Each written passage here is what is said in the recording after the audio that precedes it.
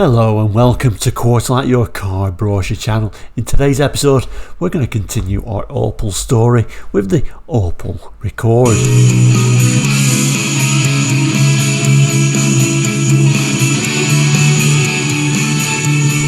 Welcome back. If you're new to Quarterlight, we look at car brochures from around the world for the 60s, 70s, 80s and 90s. If you think that might interest you as a car enthusiast or car brochure collector, please consider subscribing.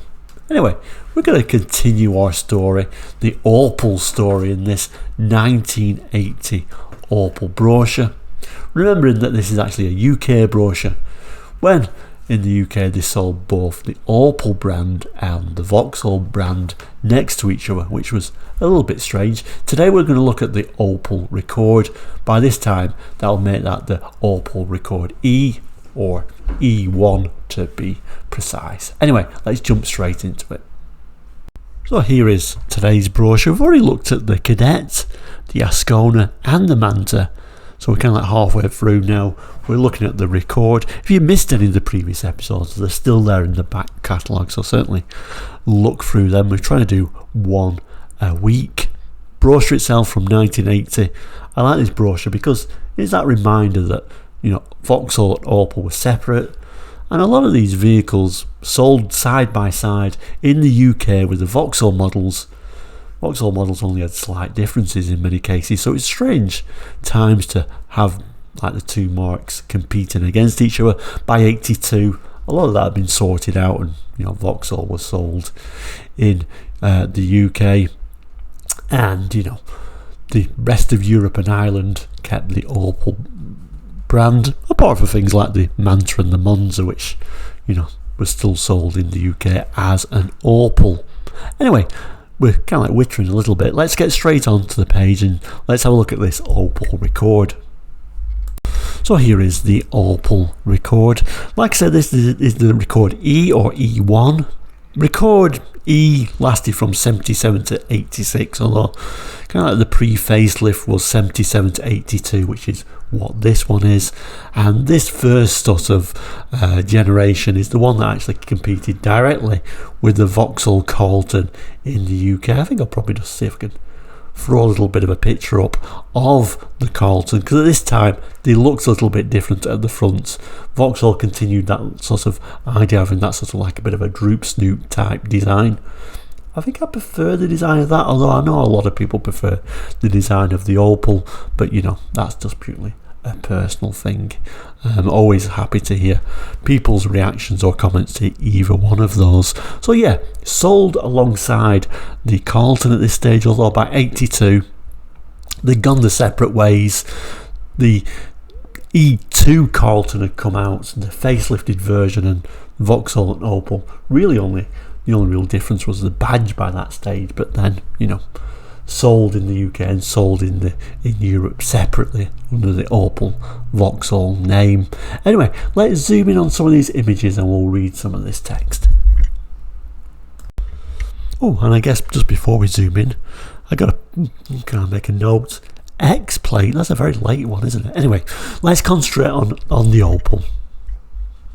So here is the main image, and this is going to be the top of the range one, the Berliner, which is a high spec one, but I think this is an even higher spec one. I think this is the Berliner HL, so super top of the range. So we'll zoom in on some of these features, which are kind of like exclusive to the HL, I think. And it doesn't actually tell me this is the HL, but I'm thinking it is. Berliner badging on there, making it, you know, it is certainly one of the high spec models, but the HL had these alloy wheels, Opel badge in the middle, and the Berliner HL also had these sort of front fog lamps, which have kind of like been tacked on as a bit of an afterthought. Also, you can kind of like just about make out these very spindly wipers on the lights there. So not every model got the wipers either. The Berliner got the wipers, the Berliner HL got the wipers, and I think the estate version called the GL also got wipers on there as well. You can just about make out the rear head restraints as well, which was also something only on the HL. This particular one is also showing this sort of solid electric sunroof as well. Now the electric sunroof, I do believe no matter which model you got, that was kind of like an option, but you can only option it on the Berliner and the Berliner HL. So yeah, that particular one is a very high spec Rekord. So here we get an estate as well. Now at this time there was only the GL estate, I think, so it's safe to say this is the GL, available as a petrol or as a diesel. So a really practical estate car, big load area at the back. And then we get this very tiny picture of this very base model. This would have been the L model, no wipers on the headlamps there. You can see it's a much more basic model, no tinted glass. So yeah, that was kind of like more of your standard model shown on a UK V plate. And then we have a look at the interior. I think this is probably that top of the range Rekord HL actually. Only the Berliner HL and the Berliner got a rev counter, so it's certainly one of those. Also came with a sport steering wheel. I don't know if that's really classed as a sport steering wheel. I'm not really sure. I don't really have anything else to compare, but we can see the optional automatic, which you can get on any of the models. And then here to one side, another little bit of a view of that automatic transmission. So it tells us here the Opel Rekord brings you the space and comfort of a big car with the economy and agility of a good 2 litre. Combining both style and sense, the distinctive shape is the result of extensive wind tunnel testing designed to minimise fuel wasting drag and raise all-round performance. And despite the compact external dimensions, I think they're a pretty big car personally, there's ample room inside for 5 full-size people and a boot big enough for all their luggage. There are 3 2-litre S Rekord saloons, the Rekord L with a big value specification that includes reclining front seats with adjustable head restraints, a clock, cigar lighter and halogen headlamps, the Rekord Berliner, which gives you even more luxury inside and out, and the top of the line Rekord Berliner HL with its electric windows, bronze tinted glass, alloy wheels and much more.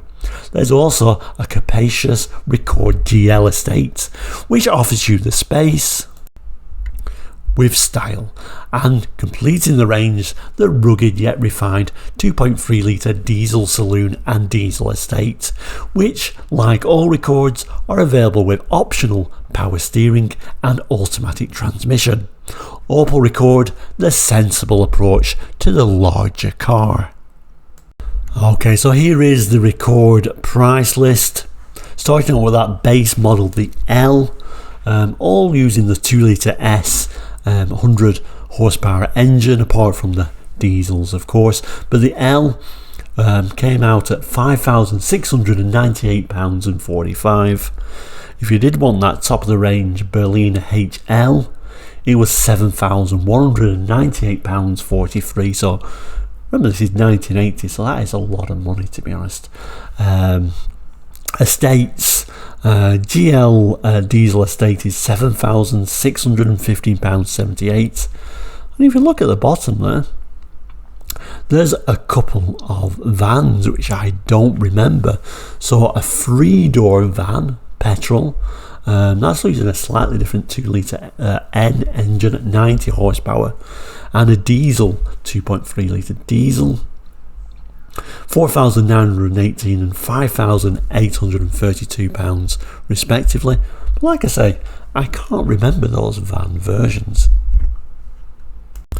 And then here's a list of the options you could get on your Rekord, starting with the automatic transmissions at £495, available on the saloons and estates. Even could get that on that van version as well. You could add things like headlamp wash wipe, etc, all the way down to a manually operating levelling device for the van.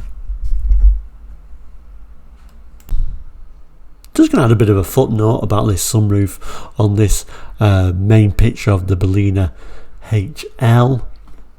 that sunroof was actually standard on the HL. It was the only model in the range that did get that sunroof standard.